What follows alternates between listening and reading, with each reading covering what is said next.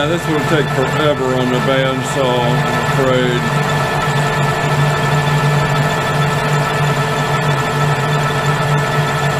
We need to get a decent brand of blade.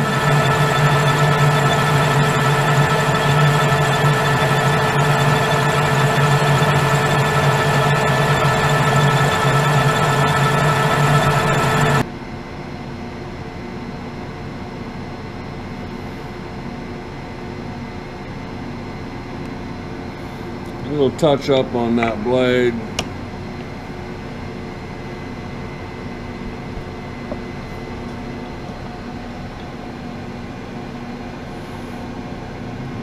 Still don't like it for straightness.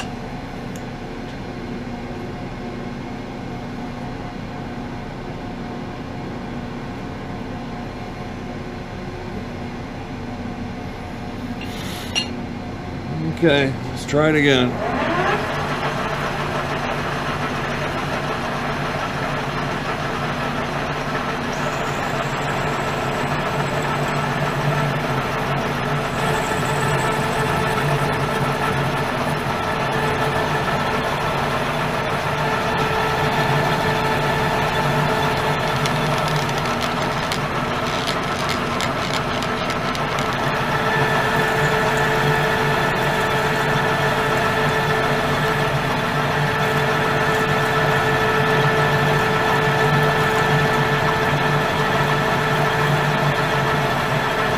That's much better.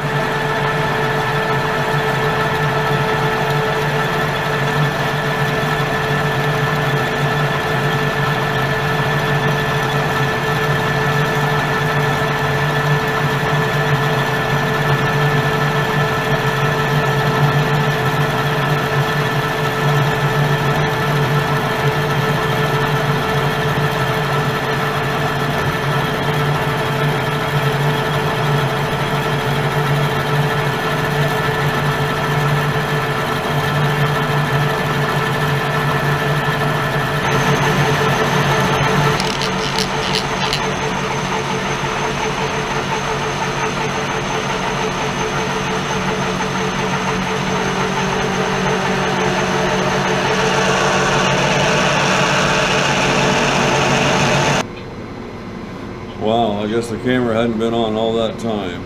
Well, I worked up to a 15/16 drill. I determined that I need some more depth. I just got done telling a story about looking for bearings at the auto parts store. They wouldn't let me look at their inventory. So this is what I have. I have a tapered bearing. Here's the race. Figure if I can get this a press fit.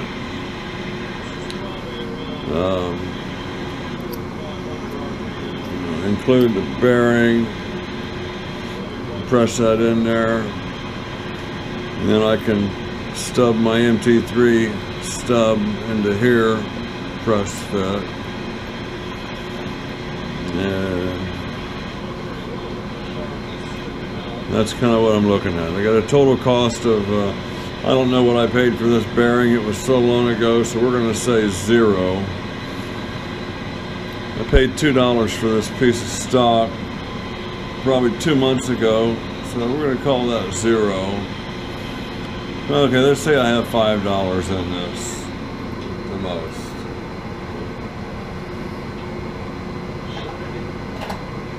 It may turn out to be a case of, you know, this is my first try, and the second one I do will be better. Maybe the first one I do will be all I need. I did change over to the 4-jaw so that I could keep concentricity. So hooray for our team.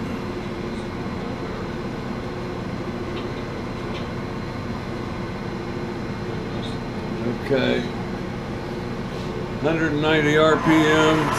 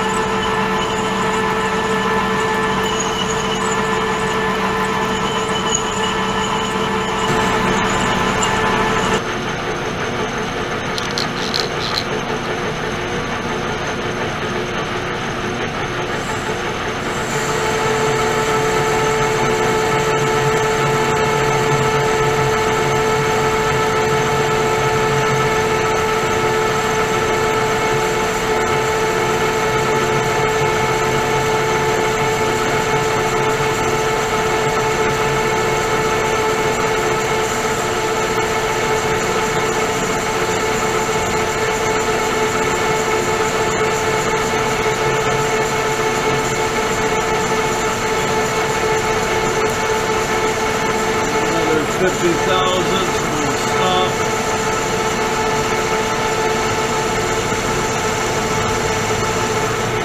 There. We'll crank to the center. And bring her on out. Spot my new zero while I'm here.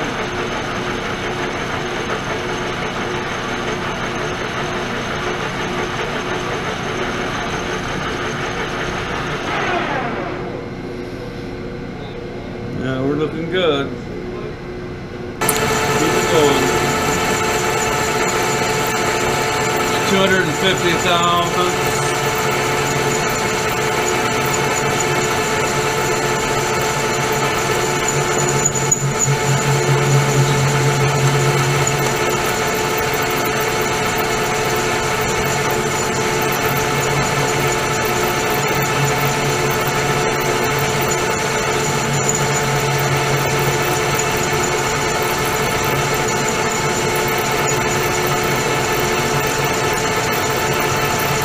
Another 100,000 to go.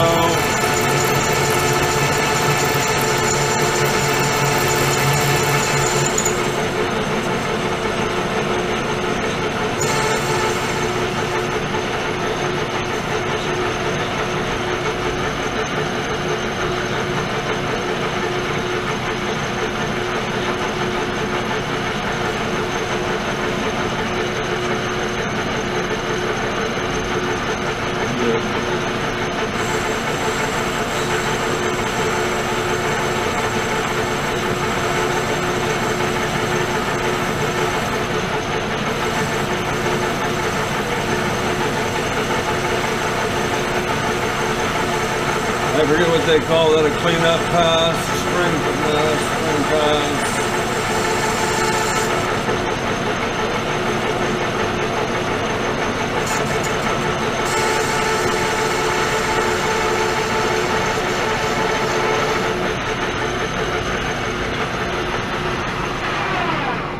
I think it's called a spring pass, maybe.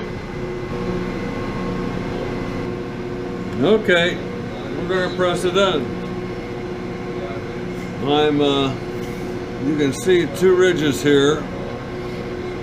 First ridge, I'm about 5 thousandths too heavy. The second ridge is a pressed fit.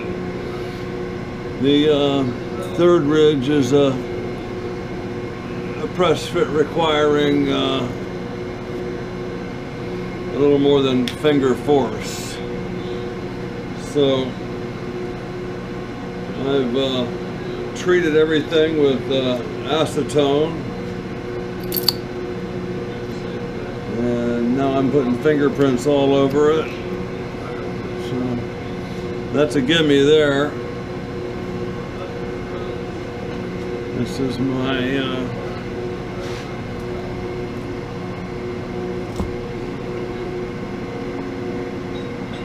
I press it in with my quill, tailstock quill.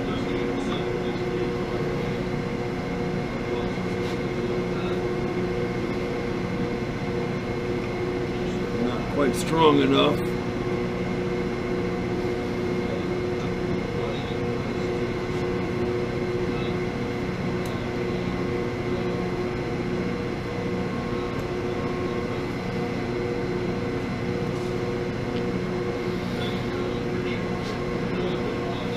I'm going to need a little more force than that, but I got a good start on it. So I'm going to move to a different press. Well, what can I say? I think I left the camera running while I was in the other room pressing that. And the other day I busted the working end of a sledgehammer off of its handle. And I'm trying to tighten up this vise handle. I got the map gas going. I started with this hammer.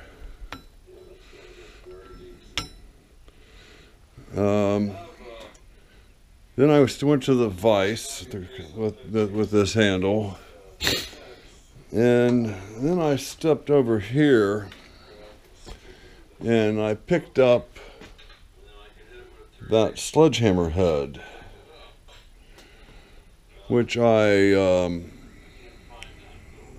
was banging into this, let it go, it landed on my foot and jumped to a parallel universe because I can no longer find it. So, oh, there it is. It ended up under the saw. And it ain't no little girl's sledgehammer head either. It's a good size. Let's see if it has its weight on here. This is 84-12. It's a biggie. So I couldn't find that. So I released this from the vise and started hammering with that, and was able to bring the two parts together. Very happy with the results. The cover back on here. Still very warm. All these. I'm not sure how flush I am. I guess I could get some feeler gauges. I've got no rock on the surface plate. All the matching gears will match. The main thing is I have a shaft that has to go in here. It has to line up with a key. But very happy with the result. I'll need to dress up my tip a little bit. Got some vise witness marks there from the vise. And seems I've dimpled a new center into it somehow. Is that a drop of water? That's a drop of water. Yeah, very happy with it at this point. And I did drop this too. There's a little mark here. Can't say any tools weren't hurt in this operation. Still need to find my. But I will say, I'm very pleased with that. I want to get some. I think it's cooled down enough now. I want to put a little machine oil in here. I'm thinking about. Well, I was thinking about having a pocket back here between the race and the body of the bullnose, and being able to have a little oil hole here, and being able to fill that cavity with oil from time to time. But as it is, I think that'll be open and accessible for oiling. So this gets turned down to that. Now, when I turned this down, ID, I had it one that was about 5 thousandths too big. So I backed it off a little bit, and I had a good pressed fit. I could get it started by hand. I couldn't go any further. I should have stopped there. Instead, I wanted to make it a little tighter, and it wasn't necessary. But I'll say that that is never coming out of there. Never. Okay, here's a look at the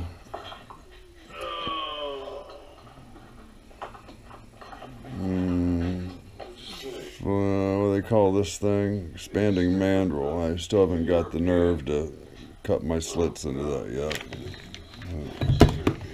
I'll get to it.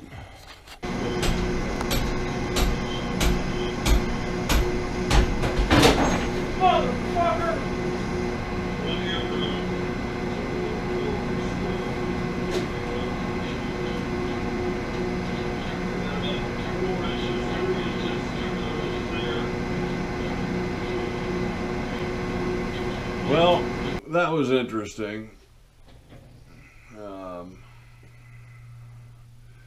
I'm afraid to take my sock off and look at my foot. And it's possible that I picked up my my primal scream as that sledge head made contact with my foot, and you will have heard it in the video if I did capture that sound. Thanks for watching, guys. Thanks for liking and subscribing, and you know, only like 230 some more to hit 1,000 subs. So like and subscribe, tell a buddy, bring a friend. Till next time, we'll do the other end of this thing, probably part 4. Okay.